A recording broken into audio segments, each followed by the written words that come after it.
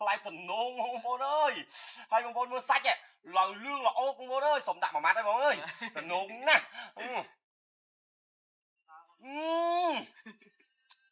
អូយខ្ញុំមាននិយាយថាបងប្អូនណាបើទិញតរ៉េនពីចកាបងស្រីបងប្រុសទៅញ៉ាំហើយខុសបំណងខ្ញុំហ៊ានធានាអូកាក់គឺអូកាក់ចំហ្មងស្អិតល្មុតហើយខ្ទិះឆ្ងាញ់ណាស់អ្នកដែលចូលចិត្តញ៉ាំនៅតរ៉េនអូកាក់ខ្ញុំហ៊ាននិយាយថាមកកន្លែងនេះត្រូវហើយចង់សួរទៅកាន់បងបន្តិចពាក់ព័ន្ធជាមួយនឹងតរ៉េនរបស់យើងជាទូទៅភ្ញៀវដែលគាត់ទិញពីយើងទៅពីម្ចាស់ចំការផ្ទាល់តែម្ដងអាចប្រកាសបានទេទៅតម្លៃប្រកាសបានក៏ប្រកាសមិនបានគាត់អីដែរការលក់របស់យើងតម្លៃ1គីឡូប៉ុន្មានដែរជាទូទៅយើងលក់សាមញ្ញធម្មតាឥឡូវហ្នឹងលក់បាន25,000បង25,000តាមតាខែសបោទៅវាអាចក្រោមនឹងតិចតួចតែបោះមួយផ្សេងបោះមួយនៅតម្លៃផ្សេងព្រោះគេទិញប្រចាំច្រើនអញ្ចឹងបងប្អូនទាំងអស់គ្នាដែលគាត់ចង់បានជាមួយនឹងតរ៉េនគឺគាត់នឹងបានស្ដាប់នៅលើទូរស័ព្ទបងប្អូនផ្ទាល់ដែរបងប្រុសផ្ទាល់បងស្រីផ្ទាល់ពីព្រោះថាតរ៉េននេះខ្ញុំបញ្ជាក់បងប្អូនគឺតរ៉េនអុកខាក់ចំ 100% ដែលខ្ញុំមកដើមមកចកាឲ្យមកថតនេះអត់មានជួលលុយជួនកាយទេនេះដោយសារតែខ្ញុំចង់បង្ហាញនៅផលិតផលរបស់ខ្មែរបាទបងតម្លៃមិនដល់សំខាន់គឺយើងញ៉ាំទៅគុណភាពត្រូវហើយដល់វគ្គសំខាន់ណាបងប្អូនបងប្អូនគ្នាទៅគាត់ចង់ដឹងនៅលេខទូរស័ព្ទបងប្រុសបងស្រីដើម្បីតាក់ទងទិញតរ៉េនផ្ទាល់ខ្លួនឯងមិនបាច់ទេមកខ្ញុំទេខ្ញុំអត់មានលេខទូរស័ព្ទទេខ្ញុំអត់មានលក់ទេបងលេខទូរស័ព្ទប្រកាសជូនភ្ញៀវលេខប៉ុន្មានដែរបាទគីឡូគាត់ចង់តាក់ទងបងផ្ទាល់តាមលេខ Telegram អីចាបាទបងចង់ទិញតរ៉េនកពតផ្ទាល់ចកាខ្លួនឯងបងតាក់ទងមកលេខ071 558 5943និងលេខ Telegram របស់ខ្ញុំដែរហើយលេខ Smart មួយទៀត093 7310 Telegram ដូចគ្នា Telegram ដូចគ្នាបើខ្ញុំក៏លើកមកឃើញចកាតរ៉េនបងនិយាយពីថាមើលពីលើមកឃើញដើមតរ៉េនច្រើ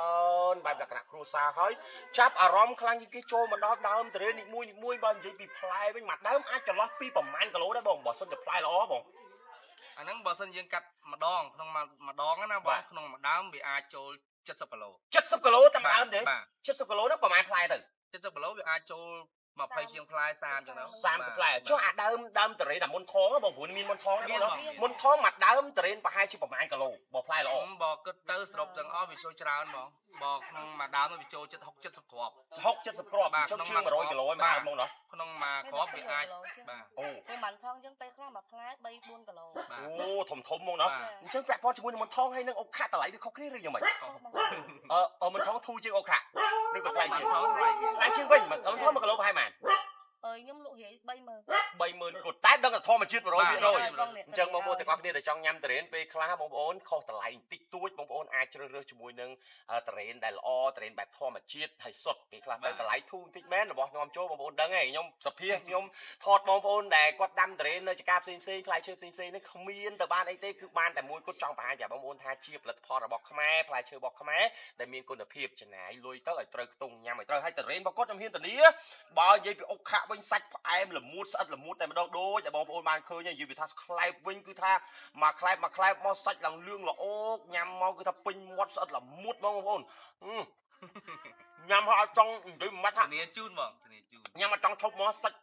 ផ្អែមស្អិតហ្មងតរ៉េនកពតទេបងប្អូនចុះតរ៉េនរបស់យើងប្រមូលផលរហូតដល់ផុតខែណាដែរបងខែ6ឥឡូវហ្នឹងបងអូអញ្ចឹងបានន័យថាសល់តែមួយខែយើងទេអញ្ចឹងបងប្អូនដែលមើលវីដេអូនេះហើយបើចង់ញ៉ាំចង់ទិញយកទៅញ៉ាំផ្ញើទៅពេញក៏បានដែរបងណោះលេខ Telegram ដែលបានប្រកាសអំបញ្ញមិញអញ្ចឹងអរគុណសម្រាប់ពុកម៉ែបងប្អូនទាំងអស់គ្នាដែលបានមើលនៅវីដេអូនេះបងប្អូនចង់ញ៉ាំជាមួយនឹងតរ៉េនបែបធម្មជាតិរបស់បងប្រុសបងស្រីនៅខាងទឹកឈូខេត្តកំពតផ្ទាល់ដែលជាតរ៉េនចកាធម្មជាតិដាំដោយខ្លួនឯងដីទំហំប្រហែលជា2 ទៅ 3 ហិកតាទេគឺយើងបានដាំបែបធម្មជាតិអាចមកទិញញ៉ាំបានឬក៏កំងតាមរយៈលេខបងប្រុសបងស្រីដែលបានប្រកាសអំបញ្ញមិញបានអរគុណសម្រាប់ពុកម៉ែបងប្អូនទាំងអស់គ្នាដែលបានទស្សនានៅវីដេអូនេះយើងជួបគ្នានៅវីដេអូក្រោយកុំភ្លេចជួយ Subscribe Channel YouTube ខ្ញុំមួយផងអរគុណជម្រាបលាបាយបាយ